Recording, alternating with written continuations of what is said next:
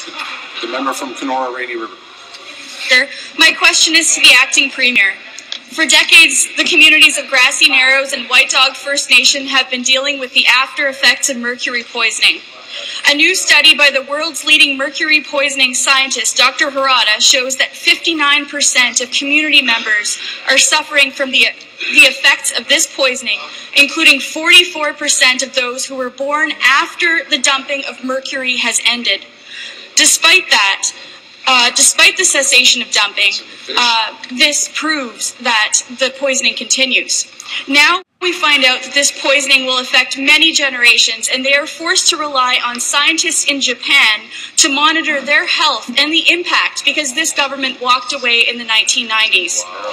Will this government act immediately to sit down with Grassy, Narrows, and White Dog to listen to their concerns?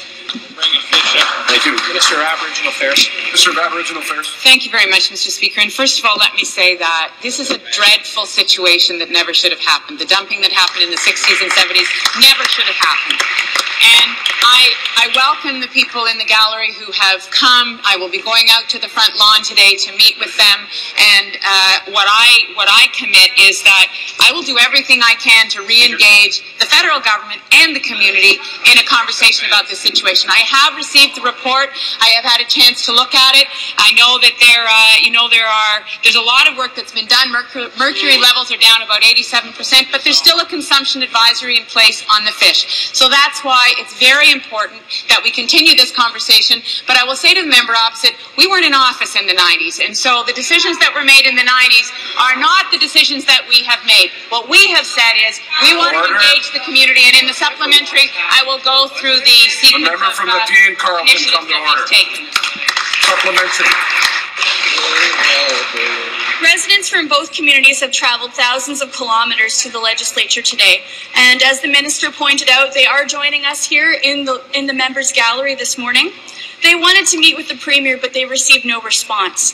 In the 1980s, a compensation fund was set up for community members to help them deal with the after effects of this poisoning. Unfortunately, many have found it nearly impossible to access the compensation that they deserve. In one case, a woman who was used as the test case in court to prove the existence of mercury poisoning has not even received compensation herself.